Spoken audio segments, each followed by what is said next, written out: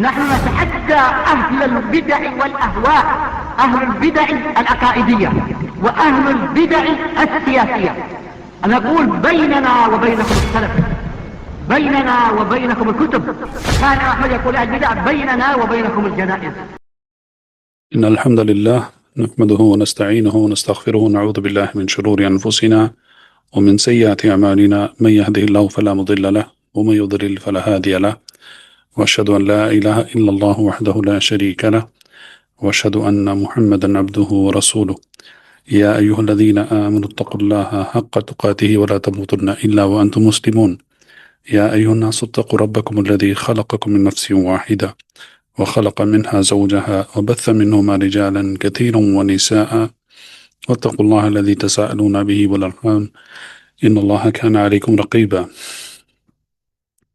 يا أيها الذين آمنوا اتقوا الله وقولوا قولا سديدا يصلح لكم أعمالكم ويغفر لكم ذنوبكم، ومن يطع الله ورسوله فقد فاز فوزا عظيما. فإن خير الحديث كتاب الله، وخير الهدي هدي محمد صلى الله عليه وسلم، وشر الأمور محدثاتها، فإن كل محدثة بدعة وكل بدعة ضلالة وكل ضلالة في النار. أما بعد، الفصول في سیرت الرسول صلی اللہ علیہ وسلم، جس کے مؤلف ہیں الامام الحافظ ابو الفدا اسماعیل ابن کثیر رحمہ اللہ تعالی۔ غزووں کا سلسلہ جاری ہے، اور الحمدللہ ہم نے پچھلے درس میں غزوہ بنو مستلق کے متعلق اور اس کے فوراً بعد جو واقعہ پیش آیا تھا جس میں ام المؤمنین عائشہ رضی اللہ عنہ کے اوپر تہمت لگائی گئی تھی، اس کے متعلق کیا ہوا اس کے بارے میں ہم نے پڑھا۔ اس کے بعد والا فصل مؤلف رحمہ اللہ نے جو باندھا ہے یہاں پر وہ ہے فصل غزوۃ الحدیبیہ و بیعۃ الرضوان۔ تو یہاں پر غزوہ حدیبیہ کا ذکر کیا گیا ہے، اور اس کے ساتھ جو بیعت لی تھی اللہ کے رسول صلی اللہ علیہ وسلم نے صحابیوں سے، جس کو بیعۃ الرضوان کہتے ہیں، جس کا ذکر سورۃ الفتح میں آیا ہے، دونوں کا ذکر سورۃ الفتح میں آیا ہے۔ تو یہ مشہور واقعہ ہے۔ تو اس کی شروعات میں مؤلف لکھتے ہیں رحمہ اللہ: ولما كان ذو القعدة من السنة السادسة خرج رسول الله صلى الله عليه وسلم معتبرا في 1000 ونيف۔ تو جب ذو القعدہ کا مہینہ تھا، 11واں مہینہ ہے ذو القعدہ کا، اور من السنة السادسة یعنی کہ 6واں سال، ہجری کا 6واں سال ہے، اللہ کے رسول صلی اللہ علیہ وسلم نکلے معتمرا یعنی کہ عمرہ کی نیت سے، فی 1000 ونیف، اور آپ صلی اللہ علیہ وسلم کے ساتھ 1000 اور کچھ صحابہ تھے۔ تو نیف کا مطلب ہو سکتا ہے 1000 سے لے کر 2000 تک ہو سکتا ہے، کیونکہ 1000 کا ذکر ہو گیا ہے یہاں پر۔ اس کے بعد نیف نیف سے مراد 2000 تک بھی ہو سکتا ہے۔ تو اس کو تفصیل میں بتایا گیا ہے یہاں پر کہ قیل و 500، اور کہا جاتا ہے کہ وہ 500 صحابہ تھے، یعنی کل ملا کر 1500 صحابہ تھے، 1000 اور 500۔ وقیل 400، اور کہا جاتا ہے کہ وہ 400 تھے، یعنی کہ 1400۔ وقیل 300 یا 300، یعنی 1300۔ وقیل غیر ذالک، اور اس کے علاوہ بھی کئی عدد کتابوں میں ذکر کیے گئے ہیں۔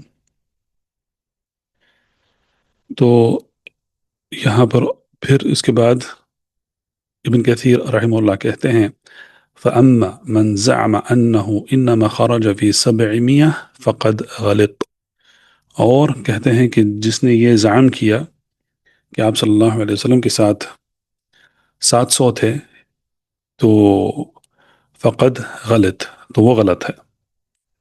تو جو رقم ہے وہ یہاں پر جو ذکر کی گئی ہے اسی کے اطراف ہونا چاہیے۔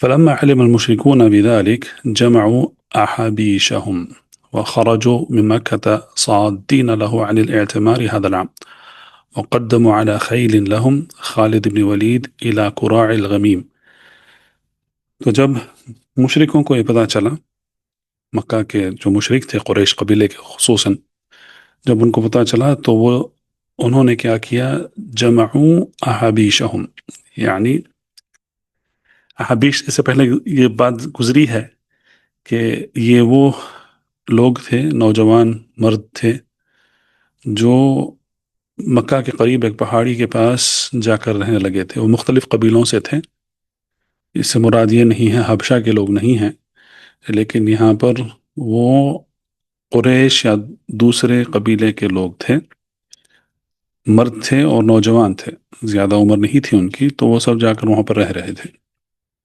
تو ان کو جمع کیا، وخرجوا من مکہ، اور وہ سب مکہ سے نکلے، صادین لہ عن الاعتمار هذا العام، اور ان کا مقصد ایک ہی تھا کہ اللہ کے رسول صلی اللہ علیہ وسلم کو اس سال عمرہ کرنے سے روک دے. وقدموا على خیل لهم، اور سب اپنے گھوڑوں پر سوار ہو کر آئے. اور ان میں کون تھا؟ خالد بن الولید. تو خالد بن الولید رضی اللہ عنہ ابھی اسلام قبول نہیں کیے تھے، تو وہ بھی ان میں شامل تھے، یعنی وہ انہی ان گھوڑ سواروں میں تھے، اور وہ ان کے سردار تھے. تو اس جگہ انہوں نے ملاقات کیا قراء الغمیم. وخالفه صلی اللہ علیہ وسلم فی الطریق، فانتهى صلی اللہ علیہ وسلم الى حدیبیہ. تو آپ صلی اللہ علیہ وسلم نے اس راستے کو چھوڑ دیا اور حدیبیہ کا راستہ پکڑا آپ صلی اللہ علیہ وسلم نے. تو وہاں پر جا کر رکے آپ صلی اللہ علیہ وسلم اور صحابہ. وتراسل هو والمشركون حتى جاء سہیل بن عمرو. تو اس کے بعد رسول اللہ صلی اللہ علیہ وسلم اور مشرکون کے درمیان پیغام چلے. تو یہاں سے پیغام، تراسلہ کا مطلب ہے رسالہ ہے، رسالہ سے لفظ لیا جاتا ہے، رسالہ کا مطلب پیغام بھی ہوتا ہے. تو پیغام ادلا بدلی ہوا، یہاں سے وہاں، وہاں سے یہاں. تو آخر میں کیا ہوا، یہ شخص آئے سہیل بن عمرو، اور ان کے ساتھ ایک اور روایت میں آتی ہے کہ آپ صلی اللہ علیہ وسلم نے دیکھا سہیل کے ساتھ یہ بھی آ رہے ہیں، عمرو بن العاص رضی اللہ عنہم. تو یہ دونوں بھی اسلام نہیں قبول کیے تھے ابھی تک، لیکن سبحان اللہ اس کے بعد ہم نے دیکھا کہ یہ سارے اسلام قبول کر لیے. خالد بن الولید، عمرو بن العاص، یہ سب اسلام میں داخل ہو گئے. سہیل بن عمرو. تو جب آپ صلی اللہ علیہ وسلم نے سہیل کو دیکھا تو کہا کہ تمہارا کام آسان ہو گیا ہے، کیونکہ سہیل کا مطلب ہے سہل سے لیا جاتا ہے معنی. سہل کا مطلب ہے آسانی، سہولت جس کو ہم کہتے ہیں اردو میں، یہ عربی لفظ ہے، تو سہل سے لیا گیا ہے. تو سہل، سہیل اس کا چھوٹا مصغر کہتے ہیں اس کو. تو سہل کا مطلب ہوتا ہے آسانی، تو سہولت وہیں سے لیا گیا ہے نام، لفظ. فصالحه على أن يرجع عنهم عامهم هذا وأن يعتمر من العام المقبل. تو اس بات پر صلح ہوئی کہ آپ صلی اللہ علیہ وسلم اس سال واپس لوٹ جائیں گے، عمرہ نہیں کریں گے، اور آنے والے سال عمرہ کرنے کے لیے آئیں گے. تو انہوں نے روک دیا اللہ کے رسول صلی اللہ علیہ وسلم کو عمرہ کرنے سے. اور اس کے متعلق احادیث کی کتابوں میں، البخاری و مسلم، اس میں ان واقعوں کی تفصیل بیان کی گئی ہے. اس کا خلاصہ یہ ہے کہ آپ صلی اللہ علیہ وسلم کے پاس یہ دو شخص آئے، سہیل بن عمرو اور عمرو بن العاص. تو انہوں نے کہا، جو بھی ان کے پاس ان کی جو شرطیں تھیں، انہوں نے ان شرطوں کو آپ صلی اللہ علیہ وسلم کے سامنے رکھا. تو اللہ کے رسول صلی اللہ علیہ وسلم نے سارے شرطوں کو قبول کر لیا. اور اس کے بعد یہ بات آتی ہے کہ یہ بات کئی صحابیوں کو ناگوارا تھی، ان کو یہ پسند نہیں تھا کہ وہ مشرکین کے آگے جھک جائیں، ان کے شرطوں کے سامنے جھک جائیں، لیکن اس میں جو مصلحت تھی وہ مصلحت اللہ سبحانہ و تعالیٰ بہتر جاننے والے تھے، تو وہی کے ذریعے رسول اللہ صلی اللہ علیہ وسلم کو یہ بتایا گیا کہ ان کی شرطوں کو قبول کر لیا جائے، اور اس میں مصلحت تھی جو بعد میں نظر آئی۔ پھر یہ بھی ہوا کہ جب صلح لکھنا شروع کیے تو اللہ کے رسول صلی اللہ علیہ وسلم نے علی رضی اللہ عنہ کو حکم دیا لکھنے کے لیے، بسم اللہ الرحمن الرحیم سے شروع کیا تو اس پر اعتراض کیا۔ انہوں نے کہا کہ ہم الرحمن کو نہیں جانتے ہیں، اسی لیے کیونکہ یہ مشرک تھے، کیونکہ شرک صرف عبادت میں نہیں تھی بلکہ اسماء و صفات میں بھی وہ شرک اور الحاد کیا کرتے تھے، تو انہوں نے کہا کہ ہم بسم اللہ الرحمن الرحیم نہیں لکھیں گے، اگر ہم یہ کریں گے تو پھر الرحمن کو ہم اس پر ایمان لانا پڑے گا۔ تو اللہ کے رسول صلی اللہ علیہ وسلم نے وہ بات بھی مان لی، کہا ایسا لکھو بسمہ تعالی۔ تو یہ مشرکین کا طریقہ ہوا کرتا تھا، جو بھی کتابت ہوتی تھی وہ اللہ کے نام سے ہی لکھتے تھے، لیکن بسم اللہ الرحمن الرحیم نہیں، یہ بعد میں آیا، اور اس کو اسلام نے اس بسمہ تعالی سے بسم اللہ الرحمن الرحیم کو بدل دیا گیا۔ تو بسم اللہ الرحمن الرحیم اللہ کے رسول صلی اللہ علیہ وسلم کتابت میں لکھا کرتے تھے، جیسا کہ مشہور ہے جو بھی خطابت آپ صلی اللہ علیہ وسلم نے کیا مختلف حکام ان سے، تو ہمیشہ بسم اللہ الرحمن الرحیم ہی لکھا کرتے تھے۔ تو یہاں پر اعتراض ہوا، لیکن بسم ہی تعالی یہ بھی دور نہیں ہے، کیونکہ ہم کہتے ہیں اللہ تعالی کہتے ہیں، تو تعالی علو سے ہے۔ تو دیکھیں سبحان اللہ، اس زمانے کے جو مشرک تھے، میں یہاں پر جو ایمان لا چکے اس کے بعد ان کے بارے میں بات نہیں کر رہا ہوں میں، لیکن مشرکین کا یہ عقیدہ تھا کہ اللہ سبحانہ و تعالی علو اللہ کی صفت ہے، لیکن افسوس یہ ہے کہ آج کے مسلمانوں کو اس عقیدے سے نفرت ہے، اور یہ عقیدہ آج کے مسلمانوں کا نہیں ہے، جبکہ یہ عقیدہ علو کہ اللہ سبحانہ و تعالی اپنے عرش پر استواء ہیں، اور اب اللہ کا عرش ساتویں آسمان کے اوپر ہے، تو یہ عقیدہ ان کا بھی تھا، مشرکین کا عقیدہ تھا، تو اسی لیے وہ بسم ہی تعالی لکھا کرتے تھے، تعالی۔ تو عربی جو جانتا ہے وہ تعالی کے معنی جانتا ہے، بخوبی جانتے ہیں کہ اس سے کیا مراد ہوتا ہے۔ تو العلی الکبیر، العلی یہ اللہ کا نام ہے، العلی بغیر ال کے جائز ہے، جیسا کہ علی رضی اللہ عنہ ہے، تو العلی جیسا کہ قرآن میں آتا ہے وَهُوَ العلی الکبیر، تو تعالی یہ علی سے لیا گیا ہے، تو اس کی صفت علو کی ہے، جو اس نام میں جو صفت ہے اس کے ضمن میں آتی ہے وہ علو کی صفت ہے۔ تو مشرکین کا عقیدہ تھا کہ اللہ سبحانہ وتعالی اپنے عرش پر استوا ہے، تو جب الرحمن علی العرش استوا آیا تو اس پر کسی نے انکار نہیں کیا، الرحمن کا انکار کیا لیکن استوا کا انکار نہیں کیا، لیکن بعد میں آنے والے مسلمان انہوں نے اپنا عقیدہ گوا لیا۔ بہرحال تو یہ پہلی بات تھی۔ دوسری بات، جب صلح حدیبیہ لکھنا شروع کیا تو آپ صلی اللہ علیہ وسلم نے لکھا من محمد رسول اللہ، یعنی کہ محمد اللہ کے رسول کی طرف سے، تو اس پر بھی اعتراض کیا۔ انہوں نے کہا کہ اگر ہم آپ پر ایمان لاتے کہ آپ اللہ کے رسول ہیں تو ہمارے درمیان یہ سب نہیں ہوتا۔ تو آپ صلی اللہ علیہ وسلم نے کہا اس کو مٹا دو، تو علی رضی اللہ عنہ نے کہا کہ میں نہیں مٹاؤں گا۔ دیکھیں علی رضی اللہ عنہ انہوں نے کہا نہیں، میں نہیں مٹاؤں گا اس جملے کو۔ تو آپ صلی اللہ علیہ وسلم نے پوچھا کہ مجھے دکھاؤ کہ وہ جملہ کہاں ہے۔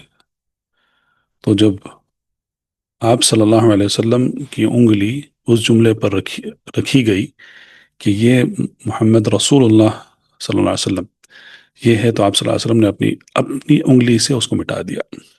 پھر اس کو لکھا گیا من محمد بن عبد اللہ، محمد بن عبد اللہ، آپ صلی اللہ علیہ وسلم کے والد کا نام. تو ایسا لکھا گیا. تو یہ سب باتیں ہوئی. تو یہ سب جو بھی ہوا، اس سے صحابہ کے دلوں میں کراہت پیدا ہونا شروع ہوئی کہ ہم کیوں ایسے شرطوں کو قبول کر لیں، جب یہ صلح لکھنے کا طریقہ بھی اس پر بھی اعتراض کر رہے ہیں، انکار کر رہے ہیں ایسے لکھے جانے کے لیے. تو آپ صلی اللہ علیہ وسلم نے ساری باتیں مان لی. تو اسی لیے مؤلف رحمہ اللہ یہاں پر لکھتے ہیں کہ فَأَجَابَهُ صلی اللہ علیہ وسلم إِلَى مَا سَأَلَ، تو جو بھی انہوں نے کہا اس پر اللہ کے رسول صلی اللہ علیہ وسلم نے ہاں کہہ دیا. لِمَا جَعَلَ اللَّهُ عَزَّ وَجَلَ فِي ذَلِكَ مِنَ الْمَصْلَحَةِ وَالْبَرَكَةِ، اس لیے کہ یہ جو ہو رہا تھا دراصل اس میں اللہ سبحانہ وتعالیٰ نے برکت رکھی تھی اور اس میں مصلحت رکھی تھی مسلمانوں کے لیے. لیکن انسان ہے، بشر ہیں، تو جو مستقبل میں ہوتا ہے وہ صرف اللہ عز و جل ہی جانتے ہیں، اور وہی کے ذریعے رسول اللہ صلی اللہ علیہ وسلم کو بتایا گیا. لیکن صحابہ انسان تھے تو ان کو یہ پسند نہیں آیا، تو اسی لیے کہا گیا وَكَرِهَ ذَلِكَ جَمَاعَةٌ مِّنَ الصَّحَابَةِ رضی اللہ عنہم. تو کئی صحابیوں کو، یعنی کہ صحابیوں کی ایک جماعت کو یہ ناپسند تھا کہ یہ سب ہو رہا ہے. منہم عمر بن الخطاب رضی اللہ عنہ، اور عمر بھی ان میں سے تھے. تو ان کا موقف یہ تھا کہ ہم کیوں مشرکین کے شرطوں کے آگے ہم کیوں جھک جائیں، کیوں ان کو مان لیں. وراجع ابا بکر الصدیق فی ذلک، تو عمر ابو بکر صدیق کے پاس گئے اس کے بارے میں پوچھ تاچھ کرنے کے لیے. ثم راجعہ صلی اللہ علیہ وسلم، اس کے بعد آپ یعنی کہ عمر رسول اللہ صلی اللہ علیہ وسلم کے پاس بھی گئے. فکان جوابہ صلی اللہ علیہ وسلم کما اجابہ الصدیق، تو رسول اللہ صلی اللہ علیہ وسلم کا جواب جو تھا وہ وہی جواب تھا جو ابو بکر صدیق رضی اللہ عنہ نے بھی جواب دیا تھا. وہ ہوا کہ جواب کیا تھا؟ وہ ہوا انہ عبد اللہ ورسولہ، یعنی کہ محمد صلی اللہ علیہ وسلم اللہ کے بندے ہیں اور اللہ کے رسول ہیں. اس سے اور بڑھ کر کیا وضاحت ہونی چاہیے؟ ابو بکر صدیق رضی اللہ عنہ نے کہا کہ محمد صلی اللہ علیہ وسلم اللہ کے بندے ہیں اور اللہ کے رسول ہیں. تو اللہ کے رسول صلی اللہ علیہ وسلم یہی کہا کرتے تھے میں اللہ کا بندہ ہوں اور میں اللہ کا رسول ہوں علیہ الصلاۃ والسلام. تو جن لوگوں نے آپ صلی اللہ علیہ وسلم کی شان میں غلو کیا ہے، تو اور انہوں نے ایسی ویسی باتیں، من گھڑت باتیں منا لی ہیں، تو ایسی باتوں کی کیا بنیاد ہے؟ کچھ بھی نہیں ہے. وَلَيْسَ يُضَيِّعُهُ وَهُوَ نَاصِرٌ لَهُ، تو انہوں نے کہا، دونوں نے کہا کہ محمد صلی اللہ علیہ وسلم اللہ کے بندے ہیں اور اللہ کے رسول ہیں، اور اللہ عز و جل رسول اللہ صلی اللہ علیہ وسلم کے کام کو بیکار نہیں جانے دیں گے، بلکہ اللہ عز و جل رسول اللہ صلی اللہ علیہ وسلم کی مدد کریں گے. وقد استقصى البخاری هذا الحدیث فی صحیحہ، اور امام البخاری رحمہ اللہ انہوں نے اپنی کتاب الجامع الصحیح میں اس واقعے کو تفصیل میں بیان کیا ہے. تو اگر کسی کو دلچسپی ہے اس واقعے کے بارے میں پڑھنے کے لیے تو آپ صحیح البخاری میں پڑھ سکتے ہیں. اور اس کے بعد فقاضاہ سہیل ابن عمرو علی، اور اس کے بعد جو شرطیں رکھی گئی تھی جس کو سہیل بن عمرو نے پڑھ کر سنایا، وہ یہ تھی کہ سب سے پہلے ان یرجع عنہم عامہ ھذا، تو سب سے پہلے کہ اللہ کے رسول صلی اللہ علیہ وسلم عمرہ نہیں کریں گے اور وہ اس سال لوٹ جائیں گے. وَأَنْ يَعْتَمِرَ مِنَ الْعَامِ الْمُقْبِلِ، اور آنے والے سال میں وہ واپس آئیں گے اور عمرہ کریں گے، لیکن وہاں پر بھی شرطیں رکھی گئی، عَلَىٰ أَلَّا يَدْخُلَ مَكَّةَ إِلَّا فِي جُلُبَّانِ السِّلَاحِ، اور یہ بھی شرط رکھی گئی کہ جب اگلے سال وہ آئیں گے اور مکہ میں داخل ہوں گے تو وہ اپنے ساتھ ہتھیار نہیں لائیں گے، بلکہ جو چھوٹی چھوٹی چیزیں ہوتی ہیں، خنجر، چاقو وغیرہ، تو ایسی چیز لے کر آئیں گے، لیکن جو بڑے جو ہتھیار ہیں، تلوار وغیرہ، وہ سب لے کر نہیں آئیں گے۔ وَأَلَّا يُقِيمَ عِندَهُمْ أَكْثَرَ مِنْ 3 أَيَّامٍ، اور یہ بھی شرط رکھی گئی کہ جب اگلے سال رسول اللہ صلی اللہ علیہ وسلم صحابیوں کے ساتھ عمرہ کرنے آئیں گے تو مکہ میں صرف 3 دن رہیں گے، صرف 3 دن رہیں گے۔ تو یہ بھی ان شرطوں میں سے بعض شروط تھے۔ اور اس کے بعد وَعَلَىٰ أَنْ يَأْمَنَ النَّاسِ بَيْنَهُمْ وَبَيْنَهُ 10 سِنِينَ، یہ سب سے اہم بات تھی کہ مسلمانوں کے درمیان اور مشرکین مکہ کے درمیان، قریش خصوصاً، ان کے درمیان 10 سال تک امن رہے گا۔ تو یہ صلح کا نتیجہ تھا جو آگے چل کر فائدہ مند ثابت ہوا۔ تو 10 سال تک ان میں، یعنی کہ مسلمانوں اور مشرکین مکہ کے درمیان کوئی لڑائی نہیں رہے گی۔ تو اس کے جو نتائج تھے، جو بھی فوائد تھے، وہ بعد میں اس کو ذکر کیا جائے گا، یا اگر آپ اس کو تفصیل میں پڑھنا چاہتے ہیں تو احادیث میں بھی آپ دیکھ سکتے ہیں۔ تو سب سے پہلے یہ تھا کہ دعوتی کام کے لیے آسانی ہو گئی، کیونکہ مسلمان مکہ میں آ سکتے تھے ابھی، تو مکہ میں جب وہ آتے تھے تو اپنے رشتہ داروں کو، بعض صحابہ تو ایسے تھے کہ ان کے اہل و عیال مکہ میں تھے اور وہ مدینہ میں تھے، رشتہ دار تھے، کیونکہ جو مہاجرین تھے مدینہ میں جو رہ رہے تھے ہجرت کر کے، تو وہ تو مکہ سے ہی ہجرت کیے تھے زیادہ سے زیادہ لوگ، تو ان کے رشتہ دار، دوست، پڑوس وغیرہ سب مکہ میں تھے، تو یہ ان کی زیارت کے لیے جا سکتے تھے، اور جب وہ مکہ میں داخل ہوتے امن کے ساتھ، تو پھر وہاں پر وہ اپنے رشتہ دار جو اسلام قبول نہیں کیے ہیں تو ان کو دعوت بھی دے سکتے تھے۔ تو یہ ہوا۔ پھر جب لڑائی نہیں ہے تو پھر اس کا مطلب یہ ہے کہ معاشرے میں ترقی بھی ہو سکتی ہے، تو یہ سب تجارت کے ذریعے وغیرہ وغیرہ، تو یہ سب چند فوائد تھے جس کو مسلمانوں نے آگے چل کر اس کو محسوس کیا۔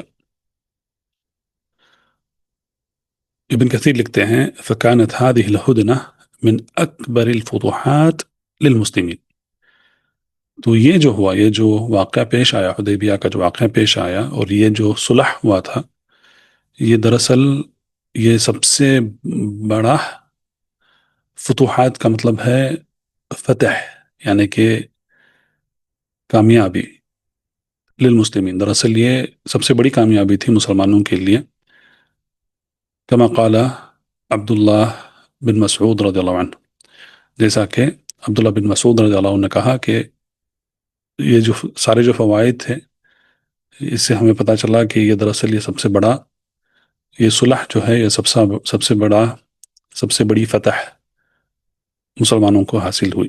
وعلی انہ، اور اس کے بعد یہ بھی شرط رکھی گئی کہ وعلی انہ من شاء دخل فی عقد رسول اللہ صلی اللہ علیہ وسلم ومن شاء دخل فی عقد قریش، اور دوسرے جو لوگ تھے، دوسرے جو قبیلے تھے، وہ کسی کے ساتھ چاہے وہ ان کے ساتھ معاہدہ کر سکتے تھے، تو چاہے تو وہ رسول اللہ صلی اللہ علیہ وسلم کے ساتھ بھی معاہدہ کر سکتے تھے، یا وہ قریش کے ساتھ بھی معاہدہ کر سکتے تھے۔ وعلى أنه لا يأتيه أحد منهم وإن كان مسلما إلا رده إليهم، وإن ذهب أحد من المسلمين إليهم لا يردونه إليهم، اور یہ جو شرط رکھی گئی تھی وہ یہ تھی کہ اگر کوئی مکہ سے اسلام قبول کرتا ہے اور وہ مدینہ ہجرت کرتا ہے، اللہ کے رسول صلی اللہ علیہ وسلم کے پاس جاتا ہے، تو اس صلح کی شرط کے مطابق اس کو مکہ واپس کر دیا جائے گا. مسلمان اس کو مکہ میں نہیں رکھیں گے، بلکہ وہ واپس کر دیں گے مکہ اس کو.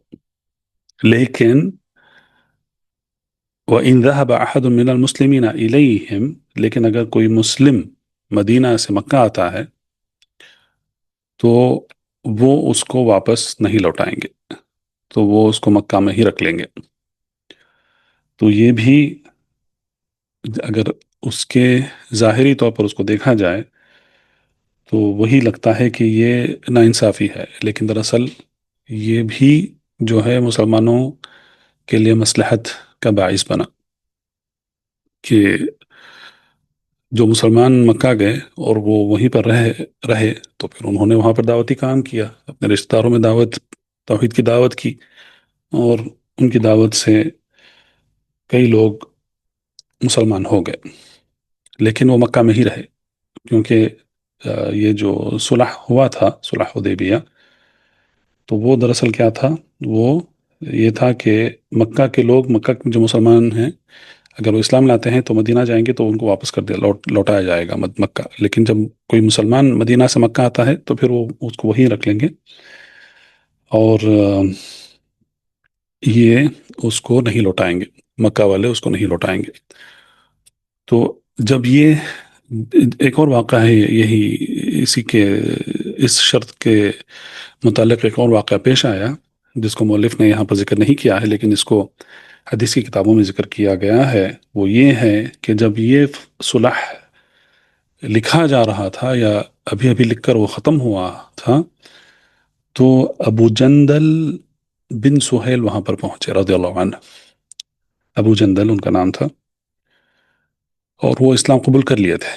سہیل کے بیٹے تھے، جو سہیل ابھی جو جن کا ذکر کیا گیا ہے اوپر، سہیل بن عمرو، انہی کے بیٹے تھے ابو جندل.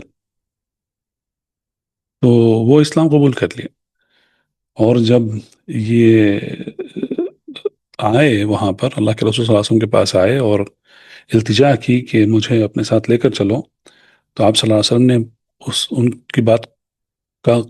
کی بات کو قبول نہیں کیا، کیونکہ صلح ہو گیا تھا کہ مکہ میں جو مسلمان ہیں، جو اسلام لاتے ہیں، ان کو مکہ میں ہی رکھیں گے، مدینہ کی طرف ہجرت کرنے کی ان کو اجازت نہیں ہے.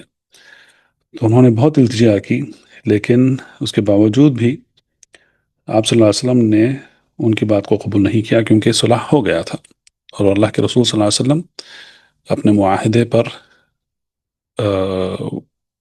یعنی جو بھی معاہدہ یا جو بھی عہد جو ہوتا ہے، اس سے پابندی کیا کرتے تھے آپ صلی اللہ علیہ وسلم. تو خلاصہ یہ ہے کہ ان کو لوٹایا گیا مکہ، لیکن وہ بھی مکہ سے فرار ہو گئے. اور ان کے تعلق سے جو آتا ہے وہ یہ ہے کہ وہ مکہ سے بھی بھاگ گئے لیکن مدینہ نہیں پہنچے. لیکن مکہ اور مدینہ کے درمیان جو راستے تھے، وہاں راستوں میں ان کے ساتھ کچھ اور لوگ جم گئے، ان کے ساتھ مسلمان تھے، سب انہی کی حالت کے طرح تھی کی بھی حالت، کہ وہ مکہ سے تھے، اسلام قبول کر چکے ہیں، لیکن وہ مدینہ نہیں جا سکتے تھے. تو انہوں نے مکہ اور مدینہ کے درمیان جو راستے تھے، تجارت کے جو راستے تھے، وہاں پر وہ رہتے تھے، اور تجارت کے جو قافلے آیا جایا کرتے تھے ان کو پریشان کرتے تھے. تو اخیر میں مکہ کے لوگوں نے، یعنی کہ جو قریش نے، ان سے بیزار ہو کر کہا کہ ان کو مدینہ میں رکھ لو، ہم نہیں چاہیے، یہ بہت پریشان کرتے ہیں راستوں میں. تو اس طریقے سے ابو جندل وہ مدینہ پہنچے. تو یہ واقعہ بھی ہوا یہاں پر. اور اس کے بعد مؤلف رحمہ اللہ لکھتے ہیں کہ فَأَقْرَ اللَّهُ سُبْحَانَهُ ذَلِكَ كُلَّهُ، کہ اللہ سبحانہ وتعالیٰ نے دراصل یہ جو شرط تھا، اس شرط کو اللہ سبحانہ وتعالیٰ نے بھی، یعنی کہ قرآن میں اس کو اس کی تائید کی گئی ہے کہ یہ جو بھی شرط ہے کہ اگر مسلمان مکہ سے مدینہ آنا چاہیں تو ان کو لوٹا دیا جائے گا، اور مدینہ سے اگر کوئی مکہ جاتا ہے تو اس کو مکہ میں ہی رکھ لیں گے. تو یہ بھی اس کا اقرار اللہ سبحانہ وتعالیٰ نے کیا. لیکن الا مستثنى من المہاجرات المؤمنات من النساء، لیکن عورتوں کے تعلق سے یہ نہیں تھی بات. یعنی اگر عورتیں اسلام قبول کر لیتی ہیں مکہ میں اور وہ مدینہ آ جاتی ہیں تو ان کو واپس نہیں بھیجا جائے گا، کیونکہ اللہ سبحانہ وتعالیٰ نے یہ اس کے متعلق آیت نازل کی. تو مؤلف رحمہ اللہ کہتے ہیں کہ فَإِنَّهُ نَهَاهُمْ عَنْ رَدِّهِنَّ إِلَى الْكُفَّارِ، تو اللہ سبحانہ وتعالیٰ نے اس کا اقرار نہیں کیا کہ اگر مسلمان عورتیں وہ مکہ سے مدینہ آتی ہیں تو ان کو واپس نہیں لوٹایا جائے گا ان کو، بلکہ ان کو مدینہ میں ہی رکھا جائے گا، کفار کی طرف ان کو نہیں لوٹایا جائے گا. وَحَرَّمَهُنَّ عَلَى الْكُفَّارِ يَوْمَئِذٍ، اور یہ بھی ثابت ہو گیا قرآن سے کہ جو مسلمان عورتیں ہیں وہ دراصل کفار کے لیے جائز نہیں ہے. وَهَذَا أَمْرٌ عَزِيزٌ مَا يَقَعُ فِي الْأُصُولِ، اور یہ جو واقعہ ہے یہ دراصل یہ اصول الفقہ کا بہت اہم مسئلہ ہے. ابھی اس کی تفصیل میں جانے کا وقت نہیں ہے، لیکن انشاءاللہ یاد دلائیں، اگلے درس میں اسی سے شروع کرتے ہیں کہ یہ جو مسئلہ ہے کہ اللہ سبحانہ وتعالیٰ نے، اللہ کے رسول صلی اللہ علیہ وسلم نے جو صلح کیا، صلح الحدیبیہ، مردوں کے تعلق سے یہ بات کا اقرار کر لیا، لیکن عورتوں کے تعلق سے اس بات کا انکار کر دیا اللہ تعالیٰ نے کہ وہ عورتوں کے لیے نہیں ہے. اور اس کا یہ جو مسئلہ ہے وہ عام اور خاص کا مسئلہ ہے اصول الفقہ کا. تو اس میں وہ تخصیص السنہ بالقرآن، تو یہاں پر سنت اور قرآن میں عام اور خاص کا جو مسئلہ چلتا ہے اس کے متعلق سے ہے، جس کو سمجھنے کے لیے تھوڑا وقت چاہیے. انشاءاللہ اگر اللہ نے آسان کیا تو اگلے درس میں اسی سے شروع کریں گے. یہ جاننا ضروری ہے آپ کے لیے، عام کیا ہے، خاص کیا ہے. تو بہرحال یہ جو حکم ہے، اس حکم کو اللہ عز و جل نے سورۃ الممتحنہ میں اس حکم کو نازل کیا کہ یا ایھا الذین آمنوا اذا جاءکم مؤمنات مہاجرات فامتحنوہن، اے لوگوں جو ایمان لایا ہو، اگر تمہارے پاس ایسی عورتیں آتی ہیں جنہوں نے ایمان لایا ہے تو ان کا امتحان لے لیا کرو. اللہ اعلم بایمانہن، اور اللہ عز و جل بہتر جانتے ہیں کہ ان کا ایمان کیا ہے. فإن علمتموہن مؤمنات، اور اگر تم نے جان لیا کہ وہ مومنات ہیں، ایمان والی ہیں، فلا ترجعوہن الی الکفار، تو ان کو کفار کی طرف مت لوٹاؤ. لا ہن حل لہم، وہ ان کے لیے حلال نہیں ہے، ولا ہم یحلون لہن، اور کفار مومن عورتوں کے لیے جائز نہیں ہے. وآتوہم ما انفقوا، اور جو ان کے کفار شوہر ہیں انہوں نے جو ان پر خرچ کیا ہے، مہر جو دیا ہے، اس مہر کو بھی واپس لوٹا دو. ولا جناح علیکم ان تنکحوہن اذا آتیتموہن اجورہن، اور تمہارے پر کوئی حرج نہیں ہے کہ اگر تم ان کا مہر ادا کر کے ان سے نکاح کر لیتے ہو تو یہ بھی کر سکتے ہو، اور اس سے تم پر کوئی حرج نہیں ہے. ولا تمسکوا بعصم الکوافر واسألوا ما انفقتم، اور یہ بھی تعلیمات دی گئی مسلمانوں کو کہ جو تم مہر میں خرچ کرتے ہو عورتوں کے اوپر اس کو واپس مت مانگو. وَلْيَسْأَلُوا مَا أَنفَقُوا، اور وہ کفار جو ہیں وہ چاہے تو مانگ سکتے ہیں مہر واپس. ذَلِكُمْ حُکْمُ اللَّهِ يَحْكُمُ بَيْنَكُمْ، اور یہ اللہ کا حکم ہے جس کے درمیان اللہ تعالیٰ نے تمہارے درمیان حکم نافذ کیا ہے، فیصلہ کیا ہے. واللہ علیم حکیم، اور اللہ سبحانہ وتعالی علم والے اور حکمت والے ہیں. تو یہ سورۃ الممتحنہ کی آیت تھی جس کو اللہ تعالیٰ نے عورتوں کے متعلق اس کا اقرار کیا، لیکن مردوں کے متعلق جیسا بتایا گیا یہ بات مردوں کے لیے نہیں تھی، جیسا کہ ابو جندل بن سہیل ان کا واقعہ پیش آیا۔ تو اس کے ساتھ یہاں پر رکتے ہیں، اور انشاءاللہ جہاں پر رکے ہیں وہاں سے پڑھنا شروع کریں گے۔ وباللہ توفیق، وصلی اللہ علی نبینا محمد وعلی آلہ وصحبہ وسلم۔ سبحانک اللہم وبحمدک، اشہد ان لا الہ الا انت، استغفرک واتوب الیک۔ سبحان ربک رب العزۃ عما یصفون، وسلام علی المرسلین، والحمد للہ رب العالمین۔ بارک اللہ فیکم اجمعین۔ السلام علیکم ورحمۃ اللہ وبرکاتہ۔ فاعلم أنه لا إله إلا الله واستغفر لذنبك وللمؤمنين والمؤمنات